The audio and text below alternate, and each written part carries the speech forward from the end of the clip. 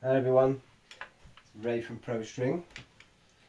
In today's video we're going to restring a Yonex Astrox 88D badminton racket.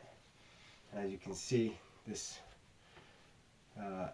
is a set of string, Yonex BG80, that comes in a single individual packet. And just to not get yourself tied in a knot, no pun intended, this is how you want to unravel the set of string. It came with a small clear tie. Be careful how you cut that. Use a nice sharp tool. So we're going to find the middle. As you can see, everything's already been set up. Lots of leeway just to be safe. We're going to actually do a one piece. The client hasn't requested 4 knots, so we're just going to do 2. There's plenty of string on a set individual packet of strings. So I'm just going to count out what I know I need, which is 13 and a half, 13 and a quarter, 3, 4, 5, 6, 7, 8, 9, 10, 11, 12, 13 and a half. We've got plenty with 13 and a half. Client wants a balance between control and power. So you can see I've set up the racket nicely on the machine, which is a Wilson Biauto Light. Wilson Biauto Original. The Wilson Biauto Light is just in front of me. Just behind the camera, so you can't see it, but I do have 2 machines in this workshop. So 2 mains have already been placed. It's a 22 by 22, if I'm not mistaken. Stringing pattern. Oh yeah. Excuse me. Been a long day. It's coming up to midnight here in London, 1:45. So I'm just going to double check. 1, 2, 3, 4, 5, 6, 7, 8, 9, 10, 11, 12, 13, 14, 15, 16, 17, 18, 19, 20, 21. Okay, so 21. 22 by 21. That's why I thought I'd double check, because I thought I might be wrong. 4, 5, 6, 7, 8, 9, 10. I'll need to count 10 because we have 1 string already, 2 strings, 1 to each side. All badminton rackets start at the top, so we always clamp at the top, because the first string you're going to pull is this one. Either side, you can start on either side. There is no golden rule which side you should start on. And there you go. Make sure the clamps aren't tight. So when you're clamping the string, it should just be smooth. It shouldn't be, you shouldn't have to be forceful or use any kind of force to close the clamp. You'll damage the string that way. So if there's a little gap, make sure that the tension spreader is touching the racket. Shouldn't be a gap, but you shouldn't be forceful. It should just be touching the racket, and let the racket and the strings do the rest. It'll go nicely into its strung position, if you like. So three strings to each side. There is another version of this racket. I believe it's the Astrox, Yonex Astrox 88 Tour, and that might have 1 more cross. That's why I was getting confused at the beginning. If I'm not mistaken, it's either the Tour or the Pro.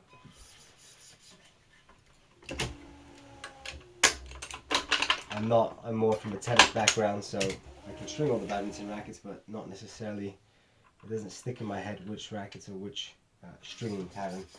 I just know them when I'm doing it, kind of thing. It doesn't stay in my head, but once I start stringing it, it all kinds of plans out, normally quite nicely. If you might have seen there is a video I'm going to upload. Actually, I haven't uploaded it yet, but I will upload it once I sit down and upload.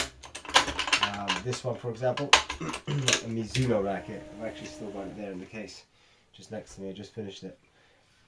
Bit of a nightmare, surely because I didn't know the stringing pattern at all. I couldn't really find much online, at least in that exact model. It's probably an older one, and there's not really much online about it. There seems to be some new ones, and I managed to see a picture of the new one. The racket already came with no strings. I guess the client had cut the strings out. By the way, that's actually a good point, especially in badminton. But it should be done across all type of rackets that can be strung, i.e. tennis, squash, and badminton. Cut the strings out, release the tension. What happens, especially in badminton, when you break string, it seems to, it tends to, the racket, if you leave it for too long, it can actually cause some damage and deformation to the racket head.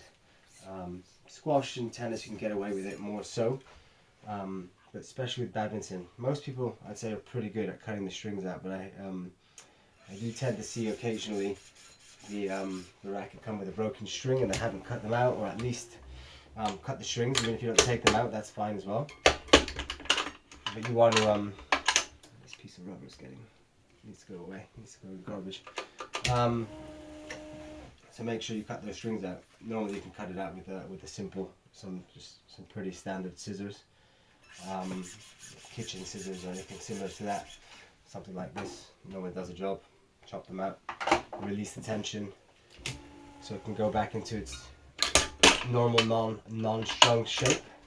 Rackets tend to have a different shape to when they're strung and when they're not, because all the tension obviously they carry once they are strung. So anyway, as you can see, I have done 6 to each side, if I'm not mistaken. 1, 2, 3, 4, 5, 6, and the same on that side. 1, 2, 3, 4, 5, 6. Starting my 7th. This main is now going to be covered. Oh, sorry. The last cross will be covered by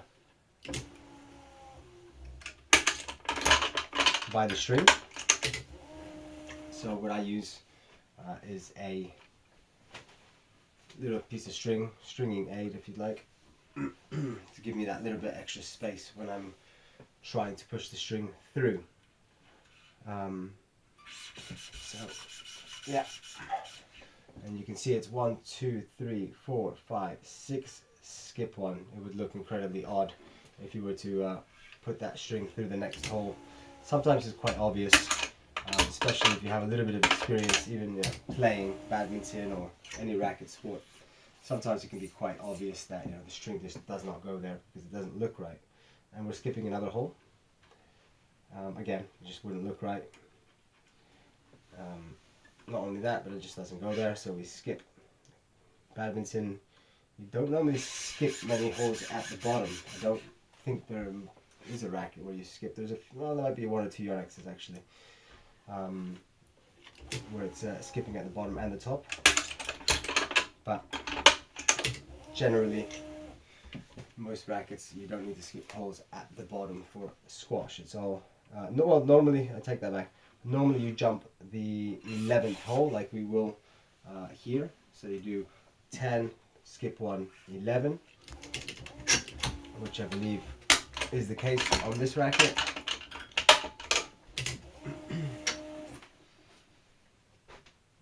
And I forgot the stringing aid, which for me,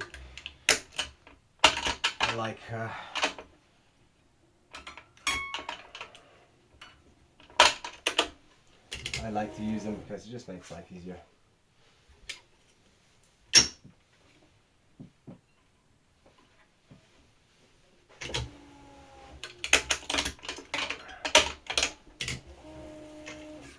Okay, 2 more. And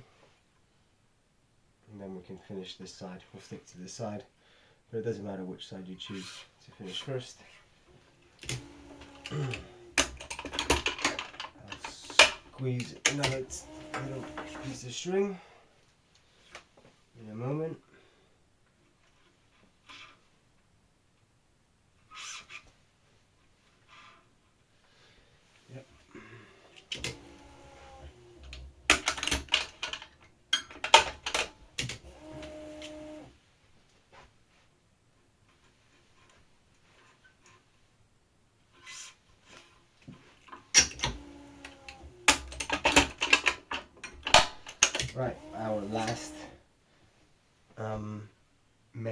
the short side. Short side means the side that you're going to tie the knot on.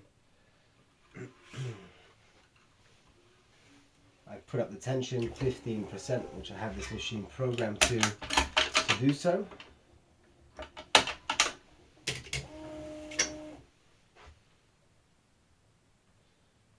Find your nearest friendly kind of shared string where you can tie your knot nicely on. I do my Parnell knot.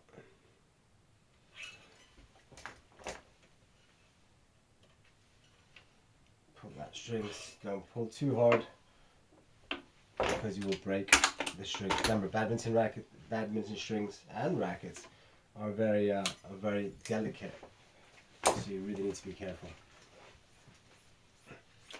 2 more to go on this side, and we're going to start the crosses as you can probably see in a moment. And Yonex recommends, because of its isometric shape, to always up the tension 0.5 pounds on the cross strings, which I always do.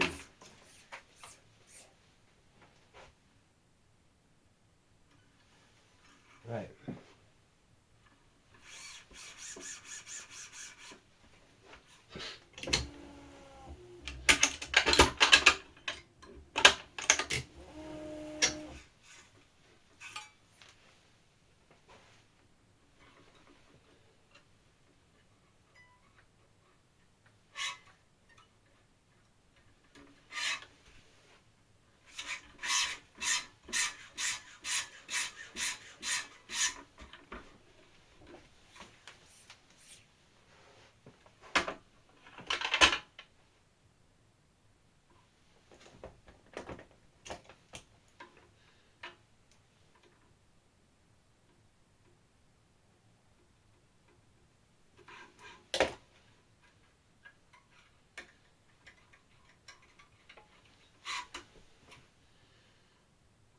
So I like to pull through 3 strings. It's my own personal preference though.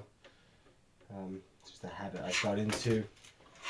Surely because when you start pulling strings, there's a lot of hole covering with badminton rackets. So I just, instead of using so many or more string aids, I just pull through 3 now, and then I just keep it to 1 ahead.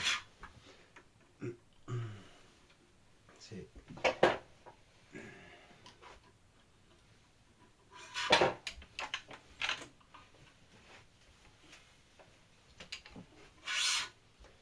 Okay.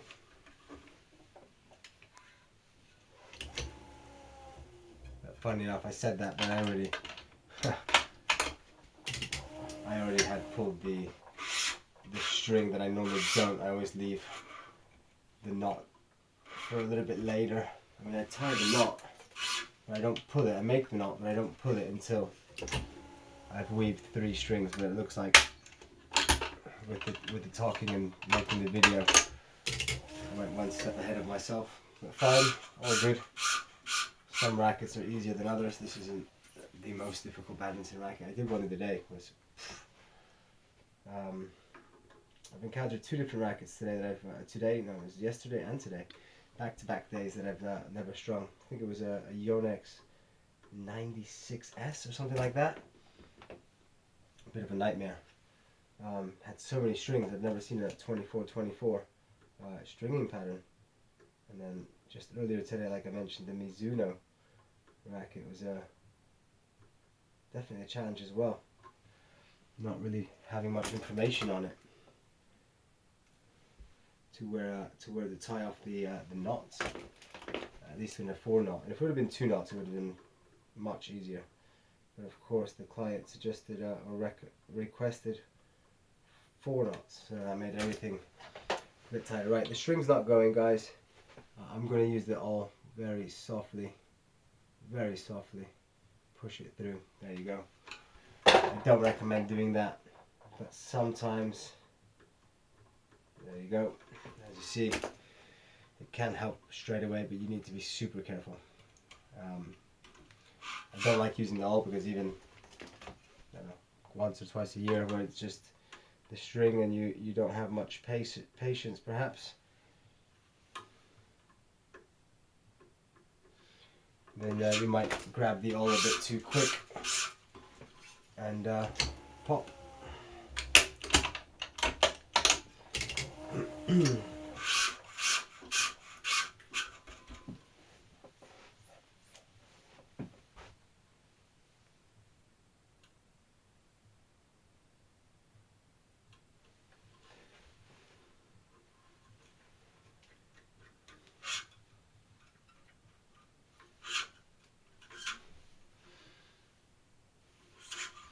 So this Yonex Racquet Astrox 88D is actually the 88D game. Apologies for that. It says it in very light lettering. Game. Where was I going? It has one less cross string, so that gives you a bit more power. The less strings, the more power, generally, in badminton. There's another 1 or 2 versions in this racket, I believe, if I'm not mistaken.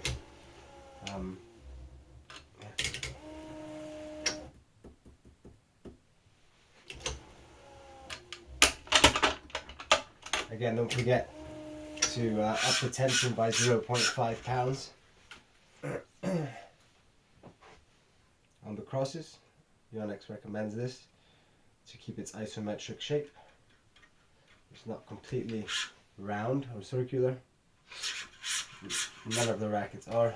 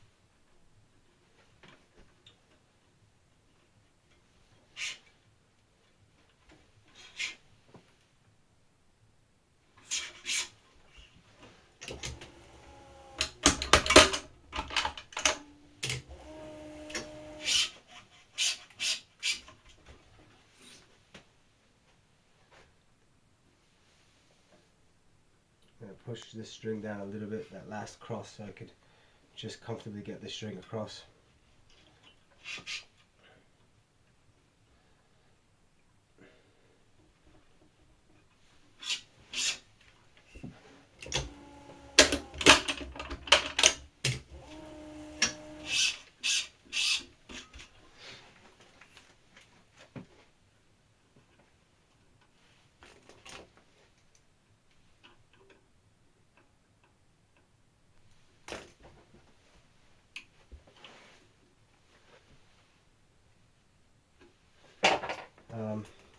I'm going to cut myself a sharp edge, sharp angle even, and let's see. If it wants to go through, but I have a feeling, okay, my feeling was wrong. Just felt like I wasn't getting anywhere. Sometimes you can, once you gain some decent experience, you can normally feel after a couple pushes if you're going to have issues getting the string through. This is going through nicely.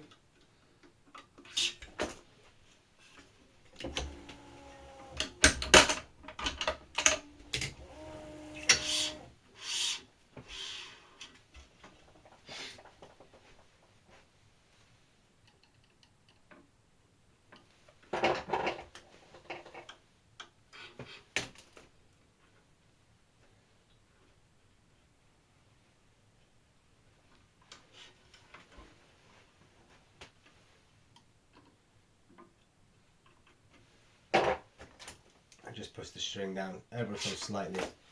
The main string was, one of the vertical strings was covering the hole again.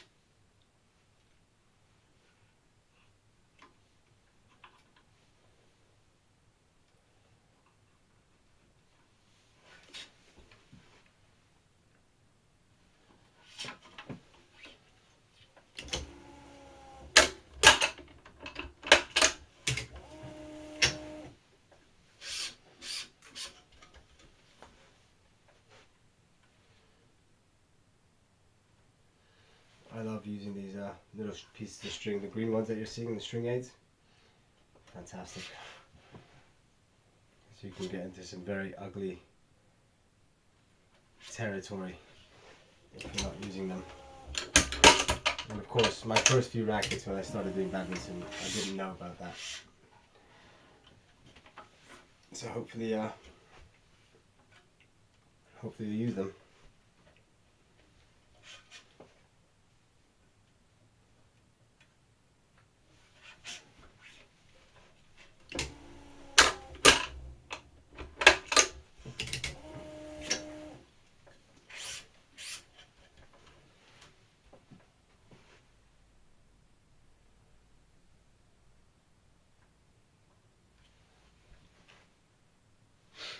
Okay, gotta cut myself a nice sharp edge again. Yep, again. I'm going to see myself having, I always have, this one's always tricky. It's always tricky, this hole in the Astrox. Also very tight here. Let's see.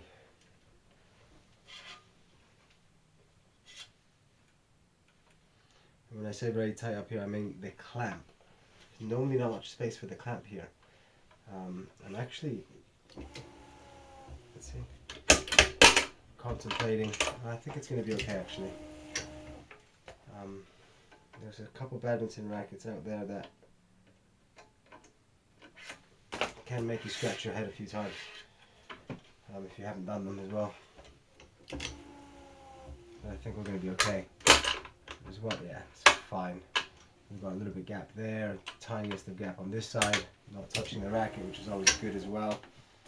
There's a racket out there, I can't remember which one it is, where it's very, very tight. You can't get the clamp. And I back in the day when I started doing badmintons, I did just try to clamp where I shouldn't, and then the alternative is you you do that one. So you do the third last one, and then the last one, and you come back down and do the second last one, and tie the last two, pull the last two at the same time, which is obviously not recommendable, but you can go higher on the tension.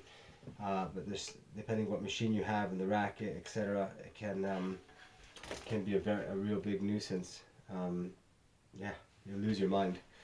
I've done it before. I've done it quite a few times actually, where I shouldn't be pushing the clamp so hard up. So a little tip there for you guys: if there's no space for the clamp, figure out an alternative. Use your logic, use your brain.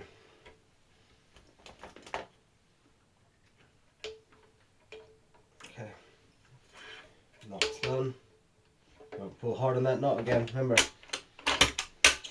Don't pull hard on the knots, especially in badminton.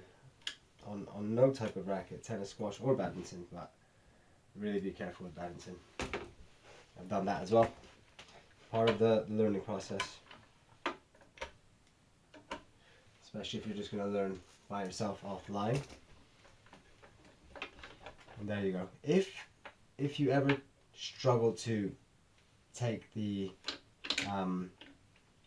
fixtures or the mounting parts, pieces off the racket, or get the racket off, if it's really tight, that means you've tightened the racket far too much. So you want to be careful with that, because then you'll yeah, you won't let the racket go into the shape it needs to be in. But anyway, just keep that in mind. Lots of jingling space. That's an indication, at least, that you know you've put the racket on the machine far too tight. Should just come off nice and easy, like you saw me do. Should just pop off, nice and easy. Oh, I used minimal force to get it off, in other words. Alright guys, well, that sounds pretty good to me for a 24 and 24 and a half restring with a Yonex BG80, as you can see, in color of pink. Alright guys, well, there you have it, the Astrox 88D game. It's very hard to see the word game. And that's it. Alright guys, hopefully you managed to take some useful things from this video. And if you have any comments or anything you'd like us to do in the future, please put it in the comment box. Take care guys, until the next video. Bye bye.